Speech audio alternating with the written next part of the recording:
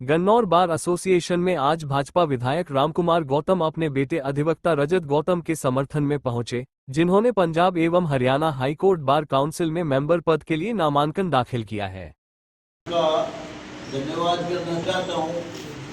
आप लोगों ने मेरे लड़के को बहुत छोटी उम्र में, सिर्फ उसकी 2.5 साल की स्टैंडिंग थी, उस वक्त बार काउंसिल का मेंबर बनाया था, कोटा पूरा पार करके। तो पीछे रह जाते हैं ना, जिसके ज़्यादा हो बन जाते, नहीं, कोटा पूरा करके बनाया था।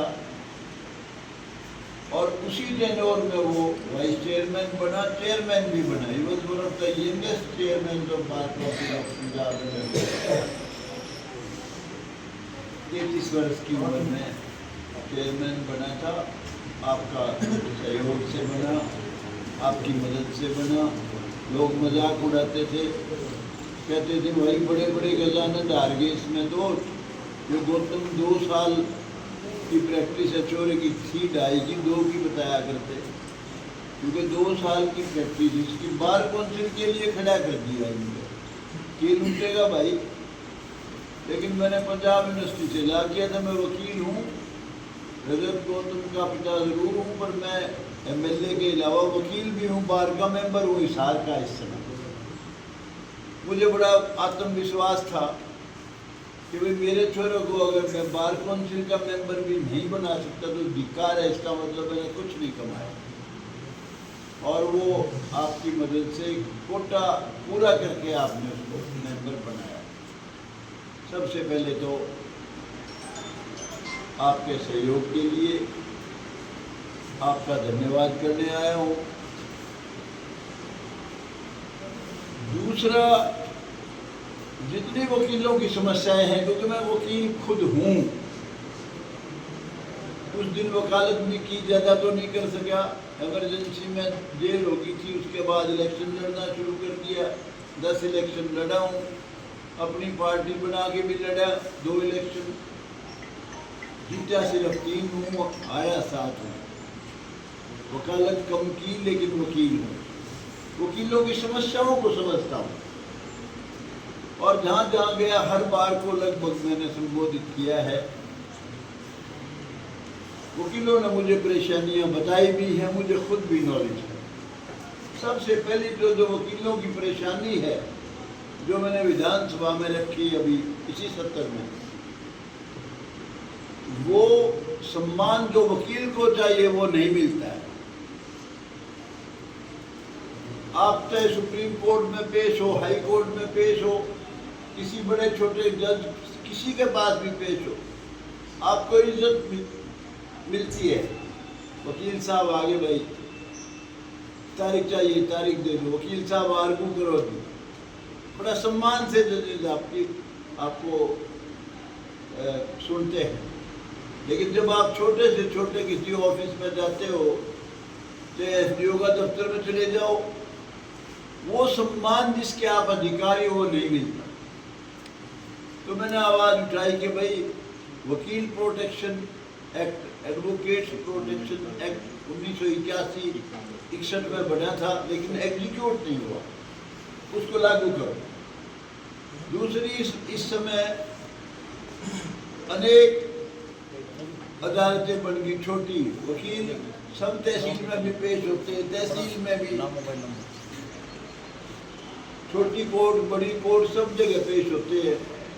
और कोर्टें इतनी बन गई, मैंने कहा भाई टोल लगता है हर जगह, टोल माफ हो वकील का, एमएलए एमपी का टोल माफ होता है, तो वकीलों का जरूर होना चाहिए। नए नए वकील बने, बड़े शौक से जब आते हैं, काला कोट सिमाव है तो बड़ा टोरा सा होता है, लेकिन पता नहीं गाहक तो कोई आवे ना आवे, लेकिन टोरा तगड़ा हो। पर वो जाके जो टोल पे भी टोल दे तो बड़ा जी दुख, फीस तो शायद उस दिन ना मिली हो, पर टोल जरूर चाहिए।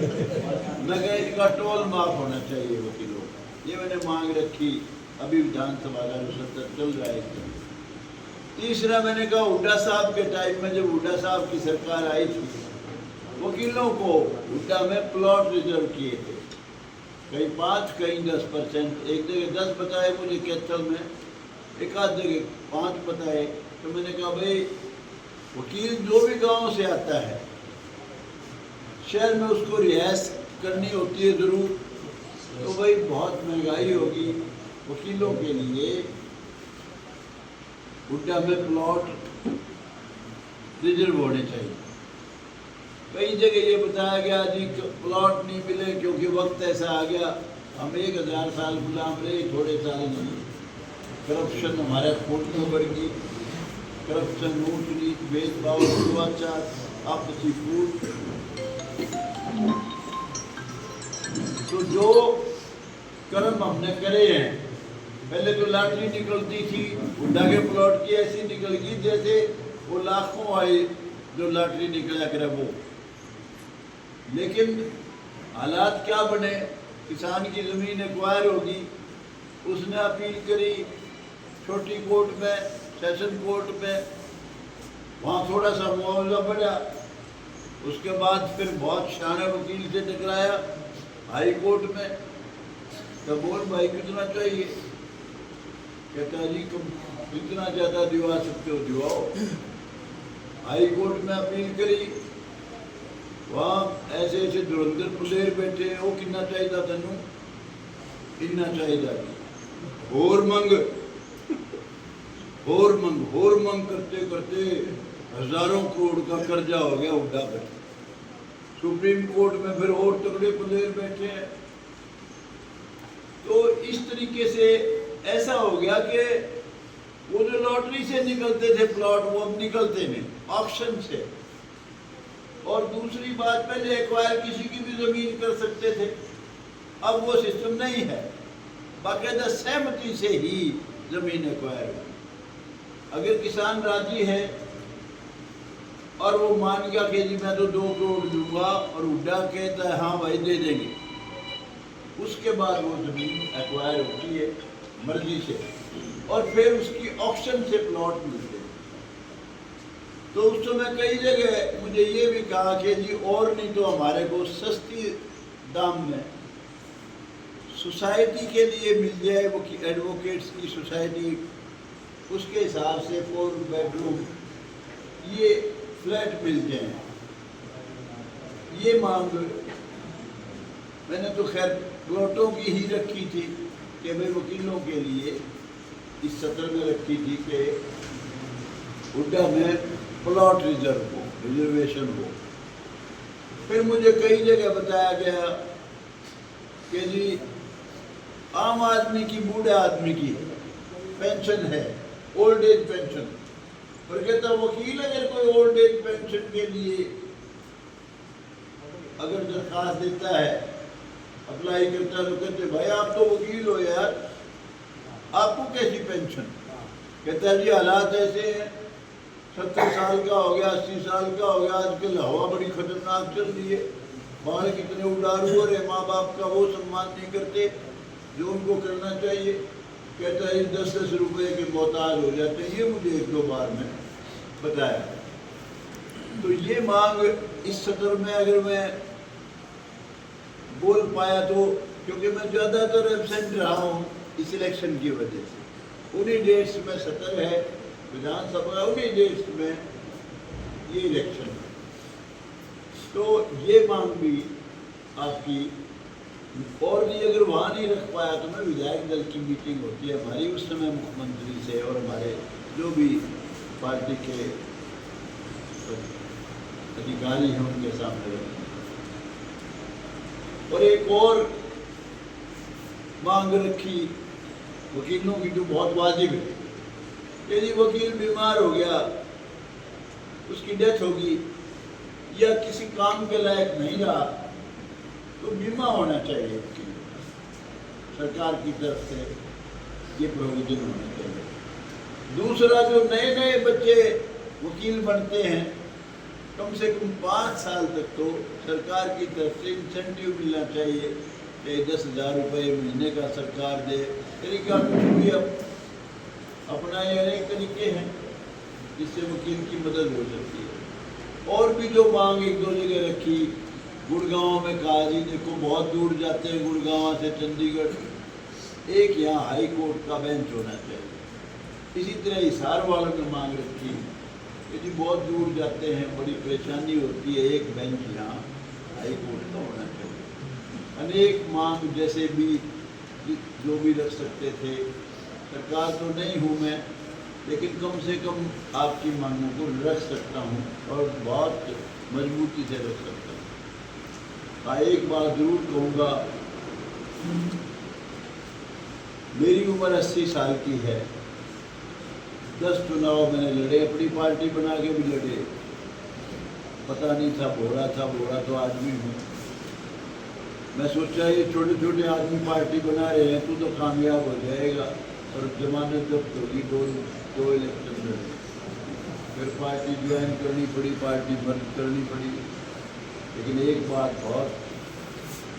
बहुत ही कॉन्फिडेंस से कह सकता हूँ, मेरे जीवन में कोई कुछ कहो मेरे बारे में, स्वतंत्र है भाई, लेकिन एक इल्ज़ाम मेरे खिलाफ कोई नहीं लगा सकता मेरे जीवन में कि मैंने किसी का 1 रुपया रिश्वत का लिया हो या किसी को दिलाया हो। ये बात मेरे लड़के को भी के बारे में भी कह सकता हूँ। और दूसरी बात, लोगों को ये शिकायत रहती है कि यार ये तो कोई आ जाते हैं आले वाले, फिर आधे से ज़्यादा तो हर बार। मेरे लड़के का ये आखिरी इलेक्शन है, इसके बाद बार काउंसिल का इलेक्शन नहीं लड़ेगा। नए लोगों को मौका देना भाई। उसकी उम्र 46 साल की हो जाएगी 20 जून को। उसके बाद भगवान जो दिशा तय करेगा उस दिशा में जाएगा। लेकिन दोबारा आपको परेशान करने के लिए, वोट के लिए कम से कम बार काउंसिल के लिए नहीं आएंगे, और चाहे कुछ भी करें। तो यही बातें मैं आपसे कहने के लिए, अपील करने के लिए आया हूँ स्पेशल। और भाई ज़्यादा हो तो क्या कहूँ, आप लोग ज़्यादा कह सकते हो। दिनों में किसी एक आध की शिकायत भी हो सकती है कि जी फ़ोन नहीं उठाया या किया भी नहीं बात में। तो भाई आगे ये ऐसी शिकायत किसी की हो, अगर आगे वो शिकायत नहीं मिलेगी। और मैं उसका बाप हूँ कि सारे जितने बार काउंसिल के मेंबर है सारे इज्जत करते हैं भाई। तो इसलिए कोई किसी तरह की कोई ऐसी प्रॉब्लम हो, मुझे भी आप बताओगे। वैसे तो कोई चीफ मिनिस्टर का इलेक्शन नहीं आई और MLA MP का भाई, साधारण सा आपकी वकीलों की प्रॉब्लम का सॉल्व करने का इलेक्शन है। तो मैं आपका जो रवैया देखा आज, ऐसा रवैया पहले कभी नहीं देखा। मैं बहुत खुश हूँ आज आपका उत्साह, लाड, प्यार देख के मुझे बहुत खुशी हुई है। और मैं उम्मीद करता हूँ मुझे जितने ज़्यादा से ज़्यादा फर्स्ट प्रेफरेंस का वोट मुझे चाहिए। किसी की बहुत मजबूरी हो तो भाई वो दूसरा जो प्रेफरेंस आपकी समझो वो दे दूँ, कर सकता हूँ उम्मीद। हाँ जी।